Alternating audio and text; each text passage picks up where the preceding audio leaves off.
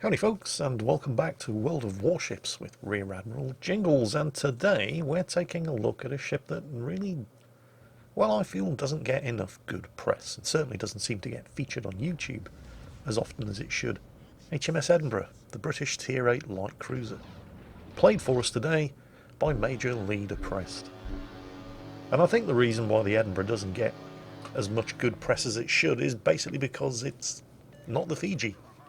HMS Fiji at Tier 7, the Crown Colony class cruiser, is epic, and it's such an upgrade over the Leander at Tier 6 that when it comes to move on from Tier 7 and the Fiji to Tier 8 and the Edinburgh, people feel like they're not really seeing much of an improvement. I'm not saying everybody thinks the Edinburgh's a bad ship. Well, maybe some people do, but they're wrong. I just get the impression that when a lot of people upgrade to the Edinburgh from the Fiji, they just think, well, where's the difference? I mean, I'm just seeing more of the same here, except now I'm Tier 8 and I'm seeing Tier 10 ships on the enemy team. So, ouch. And I can kind of see where that comes from. I mean, superficially, the two ships are very, very similar. They look very similar. The Town class cruisers like the Edinburgh were very similar visually to the Crown Colony class cruisers like the Fiji. They have the same armament, 4 turrets, each with 3 6-inch guns.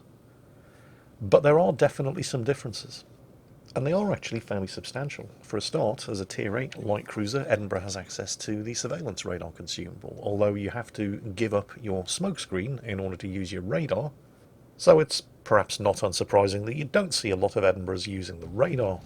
Edinburgh also has nearly double the anti-aircraft damage per second of the Fiji, which I realise is quite appropriate timing, and you're probably thinking, well, why aren't they shooting any aircraft down then? Well, he actually is, but those aircraft are actually attacking the Akazuki, so they're not inside Major Lee Depressed's highest DPS short-range aura, and yet he's still shooting half of that squadron down. And let's not forget, they are also attacking an Akazuki, and the Akazuki has definitely scored a kill there himself as well. So, significantly better AA than the Fiji, and also better armour than the Fiji. Although, again, you kind of have to take that with a little bit of a pinch of salt.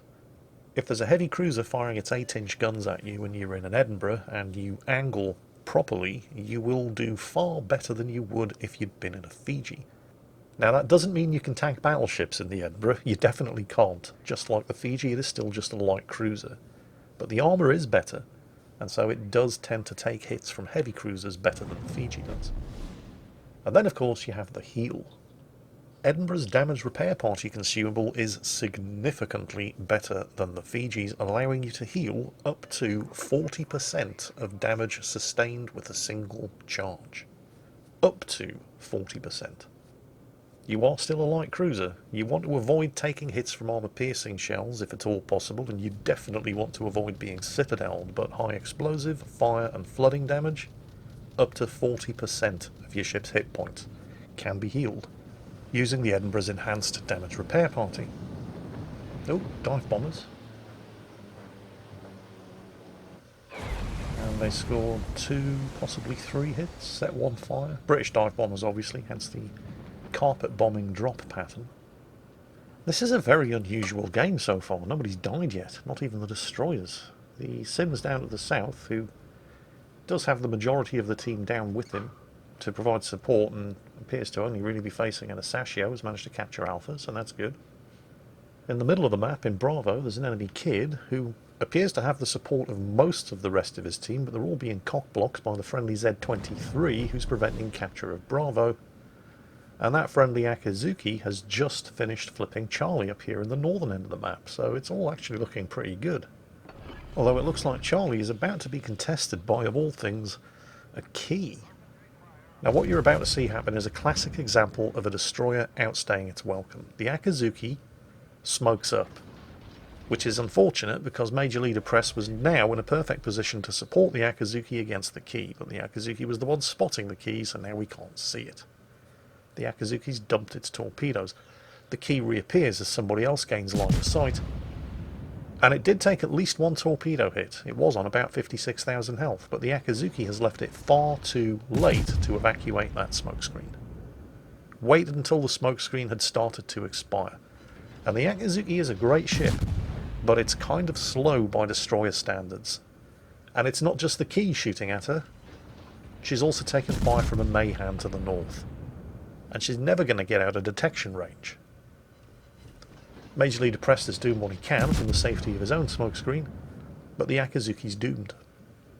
If you're in a slow destroyer, you don't wait until your smokescreen is expiring before you bail out, particularly if somebody is charging your smokescreen, and you've already dumped your torpedoes into them.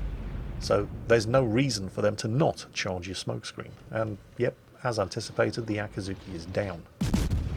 With luck, however, the Key should not survive this.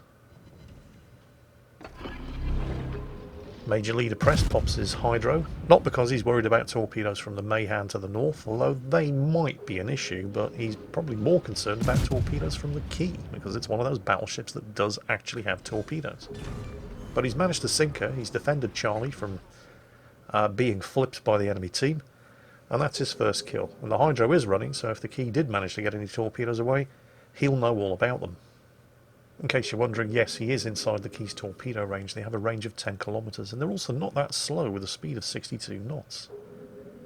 It's at this point where Major Lee's own smokescreen dissipates, and he is very rudely reminded of the fact that the Key wasn't the only enemy ship up here. That Mayhan wasted no time whatsoever working his way around the flank after the Akazuki had died. A couple of things, however, happened here in Major Lee's favour. First, that was an absolutely terrible torpedo spread from the Mayhan. I think he fired 2 wide spreads on exactly the same bearing into the smokescreen, not realising it was about to dissipate. Secondly, he had his ship pointing in exactly the right direction to be able to thread the needle between the torpedoes anyway. And thirdly, the Mayhan went to brown alert, popped his smoke, lost line of sight, and therefore wasn't able to shoot. Fourthly, Major Lee's hydro was running, so he can now see the Mayhan, regardless of the fact that he's inside a smokescreen. And finally, the Mayhan, just like the Akazuki, has left it far too late to evacuate that smokescreen. If you're in a destroyer, you definitely should not be hanging around inside a smokescreen with your torpedoes on reload when there's a cruiser with a hydroacoustic surge consumable heading towards you, starting at a range of less than 7 kilometers. The Mayhan doesn't have much of a speed advantage over the Edinburgh, but it's got enough that he should. I mean, he was always going to take damage as Major Lee charged him down, but he should have been able to disengage. But he's not going to disengage because he's not even using that speed advantage. Major Lee's managed to close the range down from 7 to 4 kilometers, and the Mayhan kept shooting at him anyway. So there's kill number 2. And this is where things could have gone very badly for Major Lee if he hadn't noticed the Fiji at the last second and started to turn the ship. Now, he did take a fair old chunk of damage, but now that he is properly angled, observe, as the Fiji fires a second salvo, 0 damage. The armour belt took it all. The Fiji, of course, is given broadside. Can't say the same. This is also where Major Lee makes a, well, I'm not going to say bad decision, because it ends up working out, but it could have had disastrous consequences. We know there's a Fiji over there, we know he's broadside on, we know he's inside torpedo range, and since he's broadside on, we know his torpedoes have the relevant firing angles. And Major Lee decides that he's going to stop in this natural choke point between 2 islands, broadside on to that Fiji, in order to get his own torpedoes away while his hydro was on cooldown. Now, as it happens, the Fiji's torpedoes missed. So you can see the potential for disaster there. Also, don't forget, when the Fiji launched those torpedoes through this gap, Major Lee was actually heading in the direction of the island over there to the right.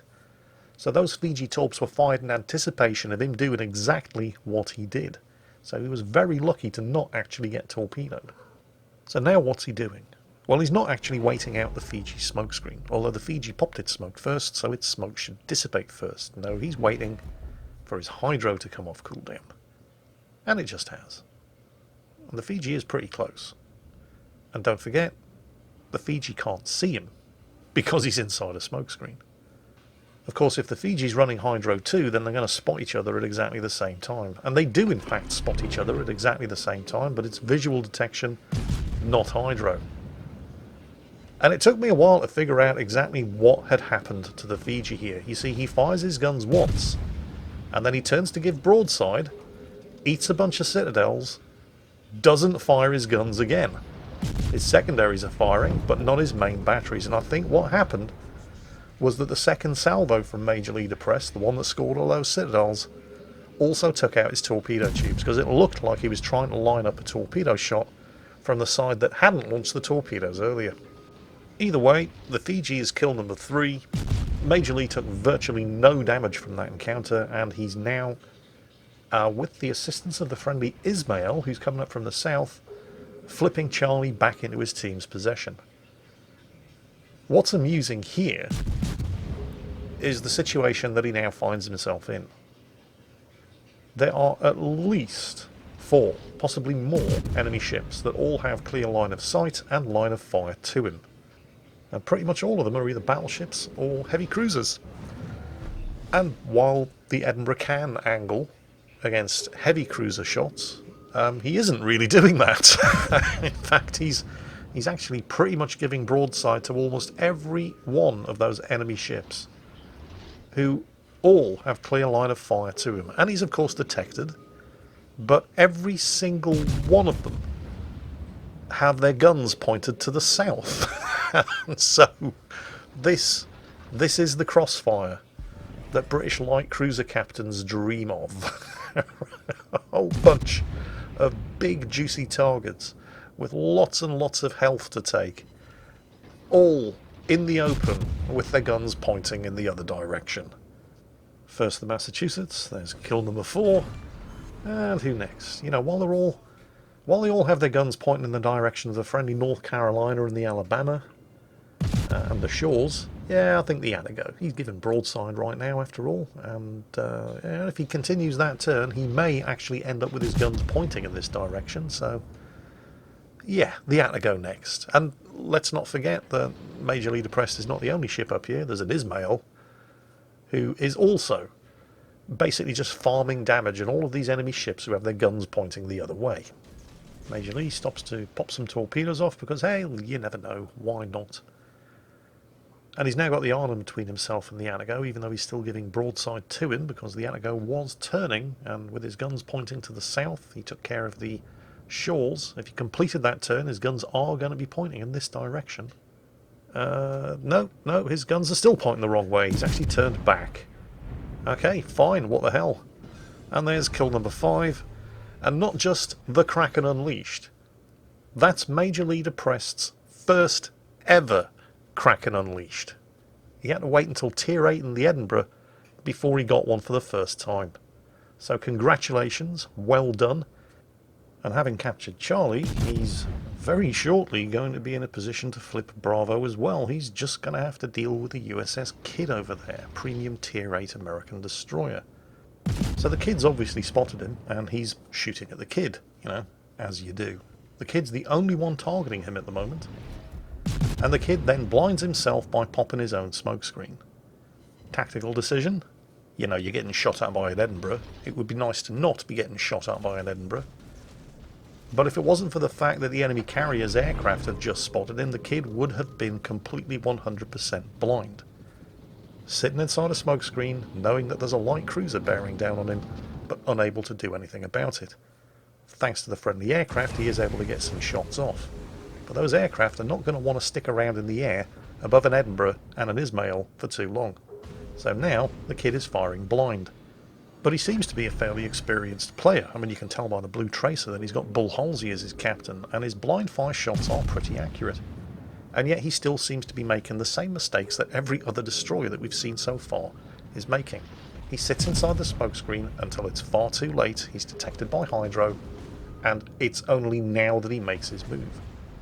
Although I suspect that what we're probably seeing here was that the Kidd, knowing that he only has one torpedo launcher, so he has to pick his target carefully, was waiting until he couldn't possibly miss, in order to get these torpedoes away right at the last possible second. Unfortunately, that was just 1 second too slow, and so the Kidd is now kill number 6 for Major Leader Prest in HMS Edinburgh. And of course, with the Kidd sunk, there's now nothing.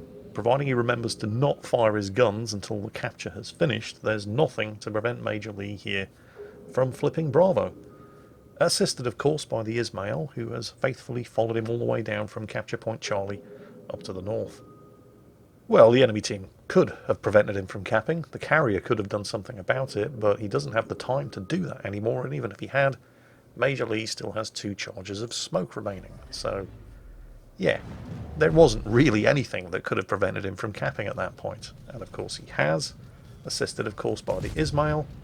So the team now have all 3 of the capture points and a 400-point lead, although it is still a 4 against 4 fight. So the priority now is to not die. Don't try to win harder, right? Just, you're winning, that's good enough. So staying alive is the priority here. Tempting though it may be to farm further damage, you've done enough. And yeah, that North Carolina, you don't want to get shot at by a North Carolina in a British light cruiser. You don't want to get shot at by anything on with a 16-inch gun in a British light cruiser. So he clearly has your position. So let's just get the hell back. Use some of that reverse speed. He's spotted by aircraft. This is fine. What's important is that you don't die. This is still kind of risky because, well, actually no, it's fine. The North Carolina's not even targeting him anymore. If the North Carolina had been firing into the smoke, it's not out of the question that a blind citadel could have ended Major Lee's adventure here.